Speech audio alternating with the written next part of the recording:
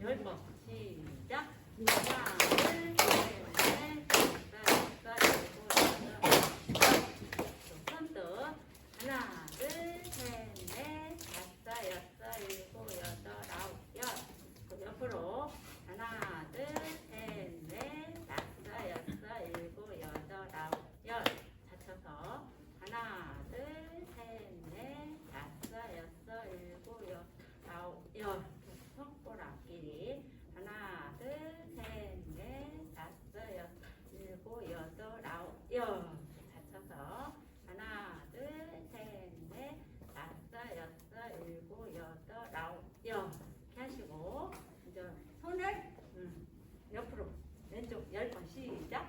하나, 둘, 셋, 넷, 다섯, 일곱, 여덟, 아홉, 열. 오른쪽 하나, 둘, 셋, 넷, 다섯, 일곱, 여덟, 아홉, 열. 이렇게 하시고 이제 손을 들어서 10번 시작.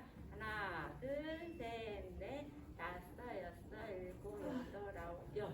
또 옆으로 하나, 둘, 셋, 넷, 다섯, 여섯, 일곱, 여덟, 아홉, 열. 이렇게 하시고 이제 왼쪽으로 먼저 이렇게 하나, 둘, 셋, 넷, 다섯, 여섯, 일곱, 여덟, 아홉, 열. 오른쪽 하나, 둘, 셋, 넷, 다섯, 여섯, 일곱, 여덟, 아홉, 열. 이렇게 하시고 이제 목 뒤로 돌리셔서 하나, 둘, 셋, 넷, 다섯, 여섯, 일곱, 여덟, 아홉, 열. 자, 앞으로 하나, 둘, 셋, 넷, 다섯, 여섯, 일곱, 여덟, 아홉, 열. 하시고 이제 머리를 10번 이렇게 치셔. 세게 아프게. 그래 치매 방지된다고 하니까 시작. 하나, 둘, 셋, 넷, 다섯, 일곱, 여덟, 아홉, 열. 하시고 이제 눈동자 이제 눈 운동 합시다. 이렇게 일자로 이렇게 하셔가지고 좌우 시작. 좌우 좌우 좌우 좌우 좌우 좌우 좌우 좌우 좌우. 이제 위로 올려서 위아래 시작. 위아래 위아래 위아래 위아래 위아래 위아래 위아래 위아래 하시고 눈동자를 왼쪽으로 10번 돌려보세요. 왼쪽 시작. 하나, 둘, 셋, 넷, 다섯, 여섯, 일곱, 여덟, 아홉, 열. 오른쪽으로 10번. 하나, 둘, 셋, 넷, 다섯, 여섯, 일곱, 여덟, 아홉, 열. 이제 보름도 왼쪽으로 10번. 보름도 하나, 둘, 셋, 넷, 다섯, 여섯, 일곱, 여덟, 아홉, 열. 오른쪽으로 10번. 하나, 둘, 셋, 넷, 다섯, 여섯, 일곱, 여덟, 아홉, 열. 자, 됐습니다. 찬양팀 나오셔서 기도해 주시고요. 그리고 제가 광고를 한번 할게요. 아까 오시기 전에 공동 기도문을 나눠 드렸어요. 그래서 이거를 잘 보관을 하셔서 우리가 매주 매달 첫째 주는 우리가 이제 어르신들을 위해서 공동 기도문을 우리 전원이 만드셨거든요. 그래서 이거를 이제 할 거니까 그렇게 알고 계셔요. 네, 감사합니다. 안녕하세요. 반갑습니다. 사랑합니다. 축복합니다. 우리 전도사님이 큰일을 하셨네요. 매달 첫째 주에 공동기도를 하셔가지고 너무 감사합니다. 어르신들이 많이 오셨네요. 감사합니다. 찬양하겠습니다.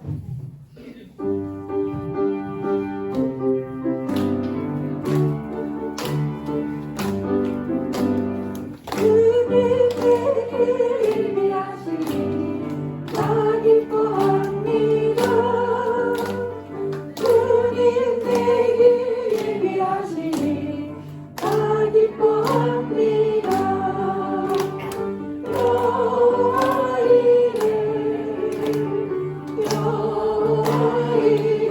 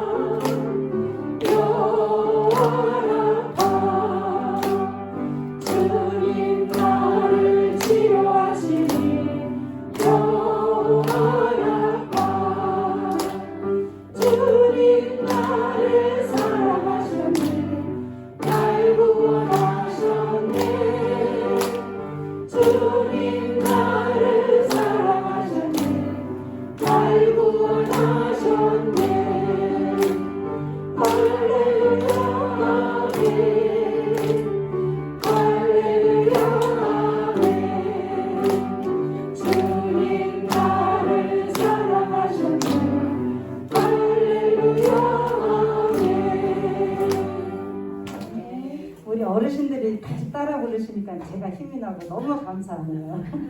크게 불러세요. 크게. 예, 감사합니다. 감사합니다. 예, 해 뜨는 데부터.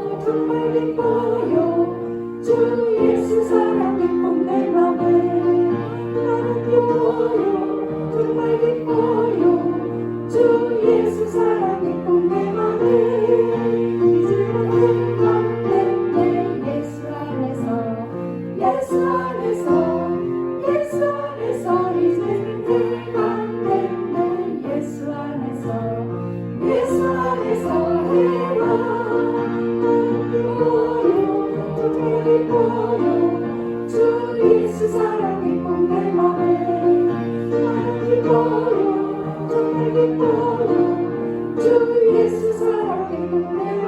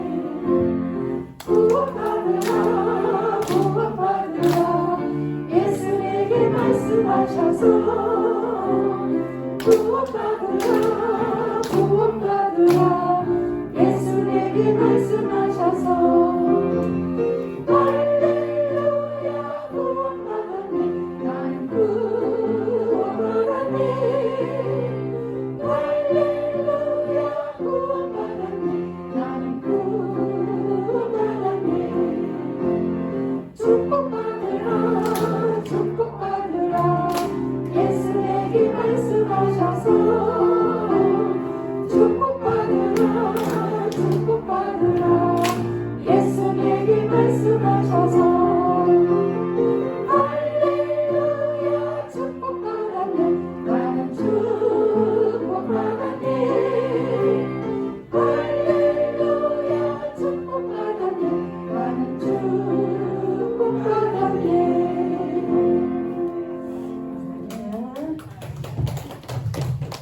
하나님 아버지, 나라와 민족을 위하여 기도합니다.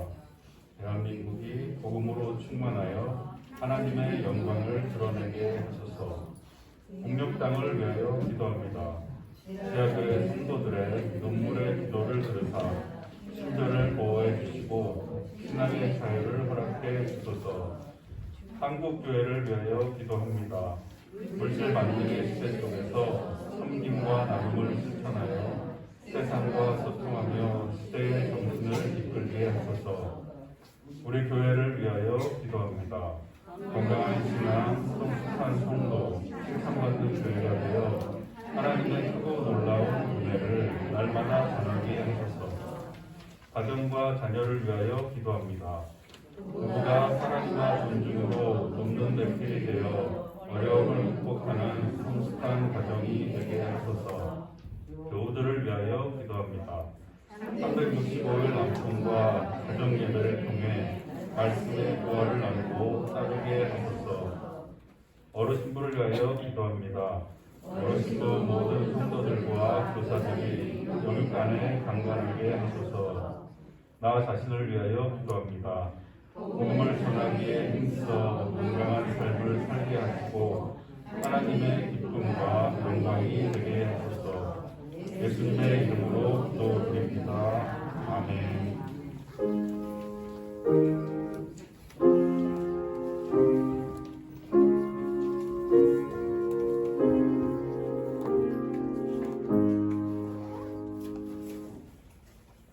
이 시간 우리에게 주시는 하나님의 말씀은 누가복음 2장 41절부터 52절까지의 말씀입니다. 누가복음 2장 41절부터 52절까지의 말씀입니다. 신약성경 91쪽에 있습니다. 말씀을 교독할 때 하나님께서 이 말씀을 통하여 우리에게 계시의 은혜 주시기를 원합니다. 그의 부모가 해마다 6월절이 되면 예루살렘으로 가더니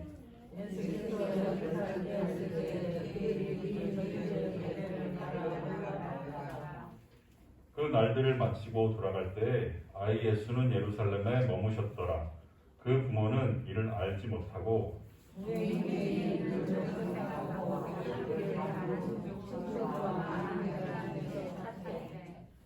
만나지 못함에 찾으면서 예루살렘에 돌아갔더니 사울의 성전에서 만난 그 선생님이 아니하사 그들에게 기도하시며 기도하시니 듣는 자가 다 그 지혜와 대답을 놀랍게 여기더라. 그의 부모가 보호하며 그의 어머니를 이르되 아이야 어찌하여 우리에게 이렇게 하였느냐 사랑의 아버지가 되어 주시나요 찾아자. 예수께서 이르시되 어찌하여 나를 찾으셨나이까 내가 내 아버지 집에 있어야 될 줄을 알지 못하셨나이까 하시니 그 부모가 그 하신 말씀을 깨닫지 못하더라. 예수께서 함께 내려가사 나사렛에 이르러 순종하여 받드시더라. 그 어머니는 이 모든 말을 마음에 두니라. 예수는 지혜와 키가 자라가며 하나님과 사람에 대해 더욱 사랑스러워 하시더라. 아멘. 이 말씀은 살아계신 하나님의 말씀입니다. 하나님께 감사드립니다. 예, 방금 읽으신 오늘의 본문은 예수님의 12살 때의 이야기를 우리에게 전해주고 있습니다. 이 본문은 사복음서 중에서 유일하게 예수님의 어린 시절 이야기를 우리에게 알려주고 있기 때문에 우리에게는 참 소중한 기록이라고 할 수가 있겠습니다. 오늘 본문에 따르면 예수님께서 12살이 되셨을 때 6월절을 맞아 부모님과 예루살렘에 갔다고 나오고 있습니다. 이 당시 율법에 따르면 모든 성인 남자들은 1년에 3번, 즉 6월절, 오순절, 초막절 이 세 번의 절기를 지키기 위해서 예루살렘에 가야만 했습니다. 예수님의 가족도 이 율법을 지키기 위해서 유월절을 맞아 예루살렘에 간 것이죠.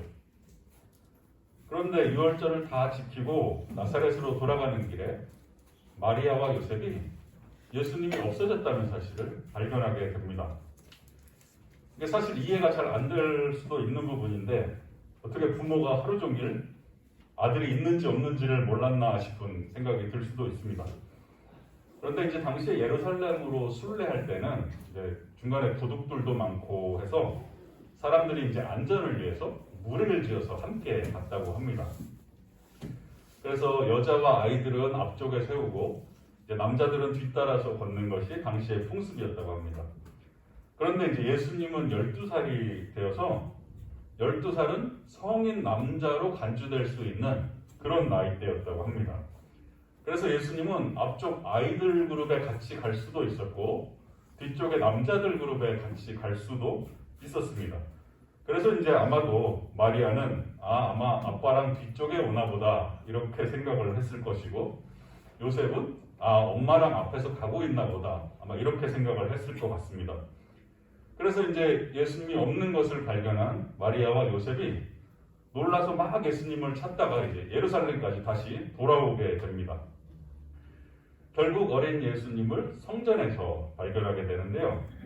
이때 예수님께서는 이 율법 교사들과 같이 토론을 하고 계셨다고 합니다.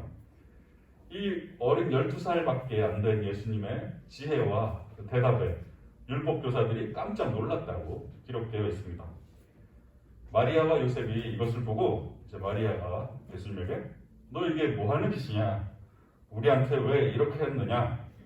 네 아버지랑 내가 너를 얼마나 찾았는지 아느냐? 하고 속상한 마음에 야단을 치면서 말했습니다. 혹시 잠깐이라도 아이를 잃어버려 보신 분들은 아마 이 마리아의 심정이 이해가 되실 겁니다. 제가 초등학교 1학년 때 이제 학교에서 그 어린이 대공원에 가서 그림을 그리는 행사가 있었습니다. 제가 그때 이제 저희 부모님이 다 출근을 하셨기 때문에 저를 키워주시던 할머니가 계셨는데 그래서 그 할머니랑 같이 대공원을 가고 있었는데 가는 길에 할머니께서 저를 잃어버리셨습니다. 그래서 저는 이제 막 울면서 이제 다행히 친구 부모님들이 같이 있으니까 친구 부모님들을 따라서 이제 대공원에 먼저 가서 그림을 이제 그리고 있었는데 이제 할머니가 그때 대공원에 오셔서 이제 저를 만나게 됐습니다.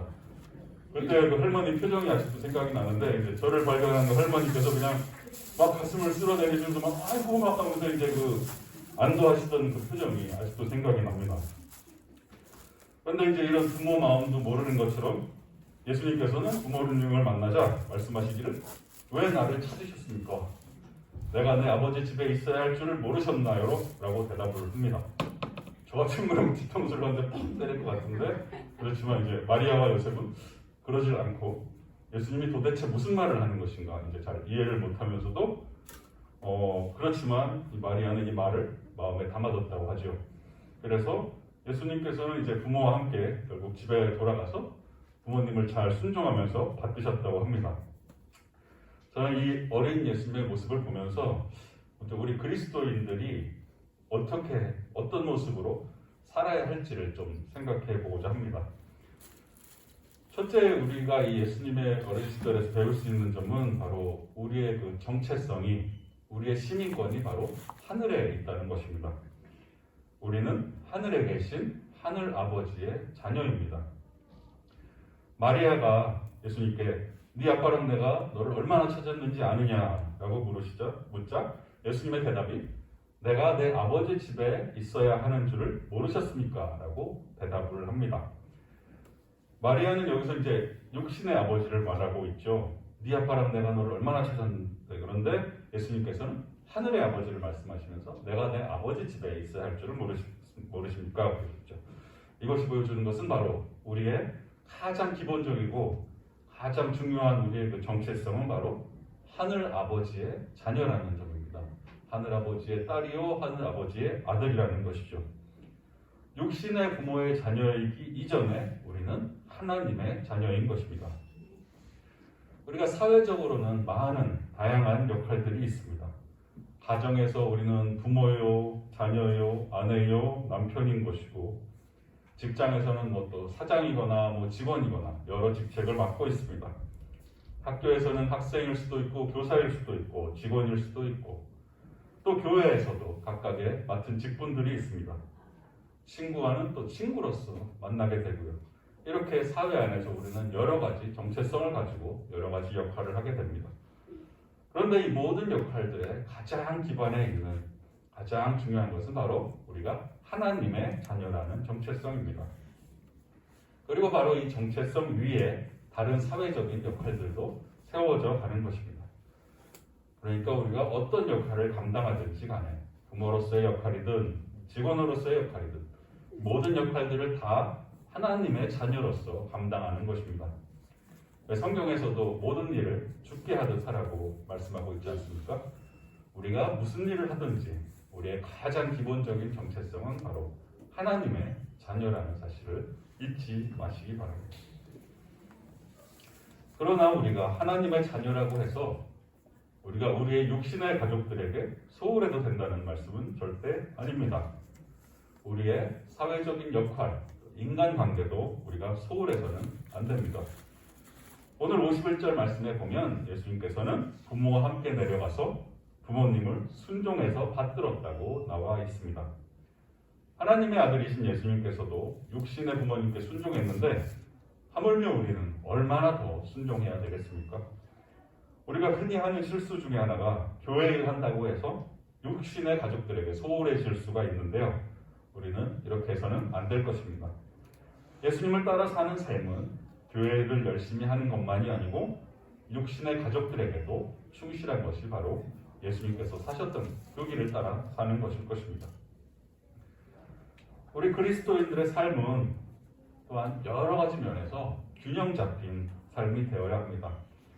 오늘 52절 말씀해 보시면 예수님께서는 지혜와 키가 자라가며 하나님과 사람에게 더욱 사랑스러워 하셨다라고 나와 있는데 이것을 보면 이제 예수님께서는 우리 인간의 삶의 모든 영역에서 아주 건강하게 자라가신 것을 보게 됩니다. 먼저는 지혜가 자랐다고 하지요. 지혜는 이제 우리의 정신적이고 지적이고 의식적인 그런 부분입니다. 다음으로는 키가 자랐다고 합니다. 키는 우리의 육신을 말씀하고요. 하나님께 사랑받았다는 것은 또한 영적으로도 아주 잘 자라났다는 것이죠. 사람들에게도 사랑스러웠다는 것은 인간관계에 있어서도 아주 잘 자라나셨다는 것이죠.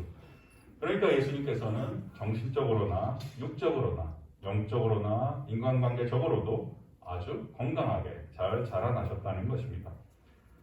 예수님을 따라 사는 우리 그리스도의 제자들도 우리 삶의 모든 영역에서 이처럼 균형 잡히고 건강하게 살아갈 필요가 있습니다.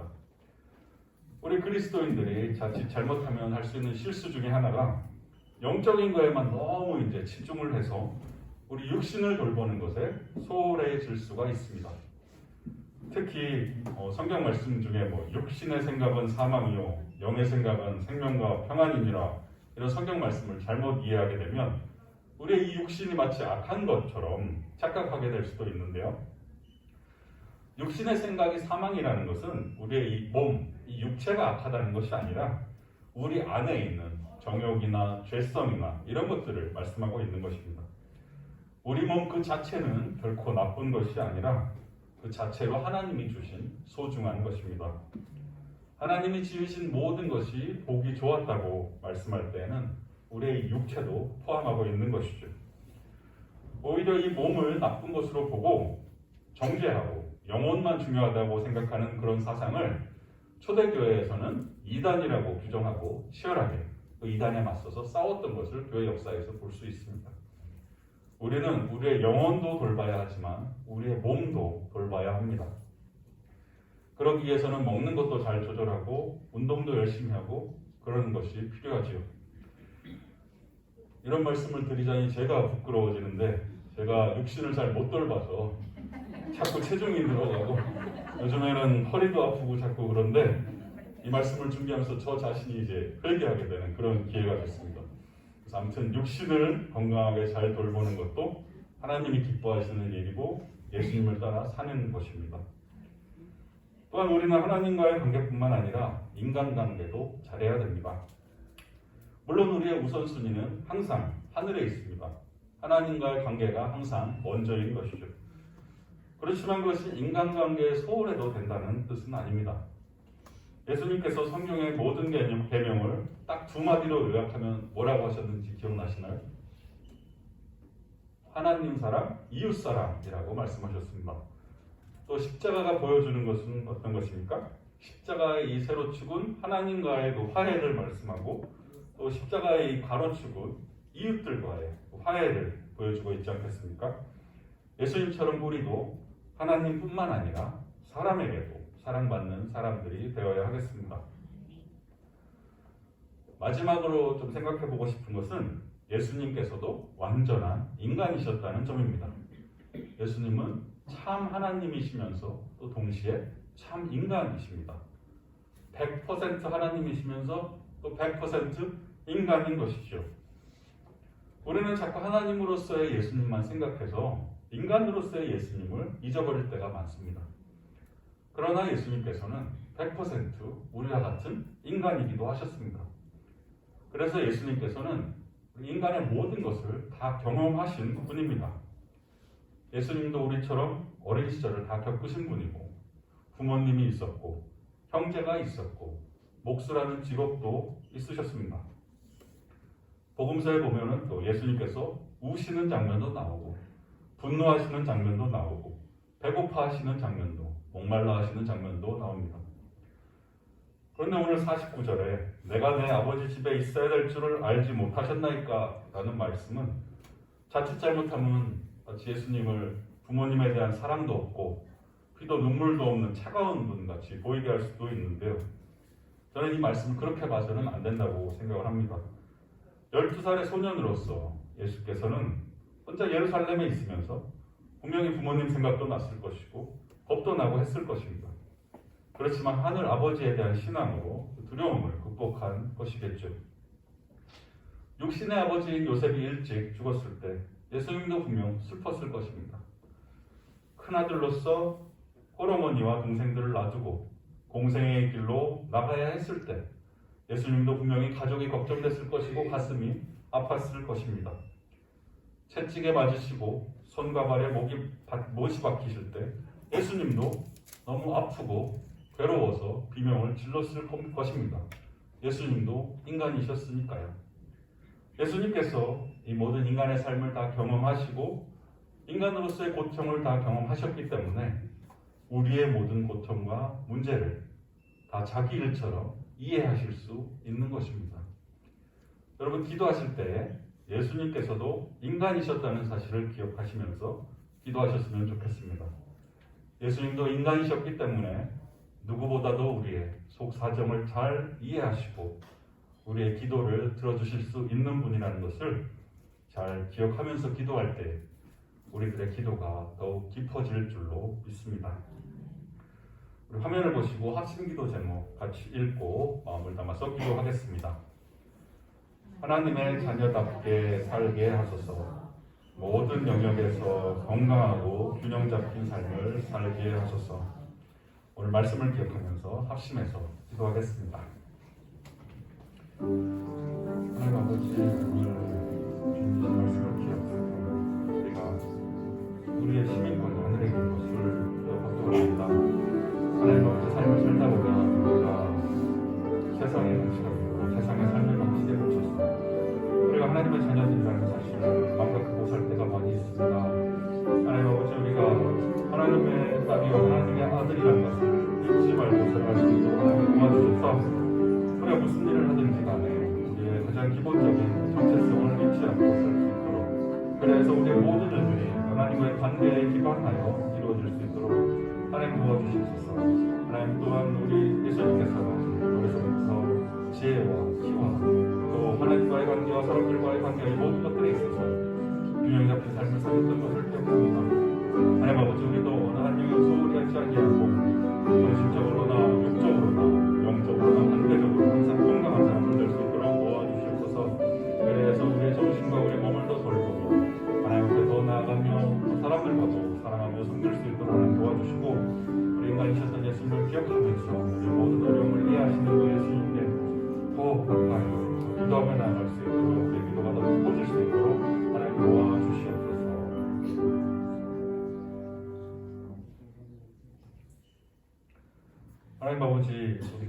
예수님을 따라 살기 원합니다. 항상 우리의 정체성이 하늘 아버지의 자녀임을 잊지 말게 하시고 우리의 삶을 통해서 그 정체성이 잘 드러날 수 있도록 도와주시옵소서.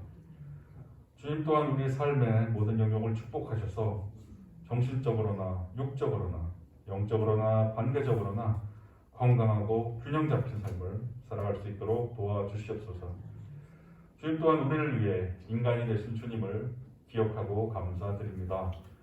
우리의 연약함을 손수 경험하시고 다 이해하시는 그 주님을 우리가 더 의지하고 기도할 수 있도록 도와주시옵소서. 예수님의 이름으로 기도드리며 이제 주님 가르쳐 주신 기도로 예배를 마치오니 하늘에 계신 우리 아버지, 아버지의 이름을 거룩하게 하시며 아버지의 나라가 오게 하시며 아버지의 뜻이 하늘에서와 같이 땅에서도 이루어지게 하소서. 오늘 우리에게 일용할 양식을 주시고 우리가 우리에게 잘못한 사람을 용서하여 준 것 같이 우리 죄를 용서하여 주시고 우리를 시험에 빠지지 않게 하시고 악에서 구하소서. 나라와 권능과 영광은 영원히 아버지의 것입니다. 아멘.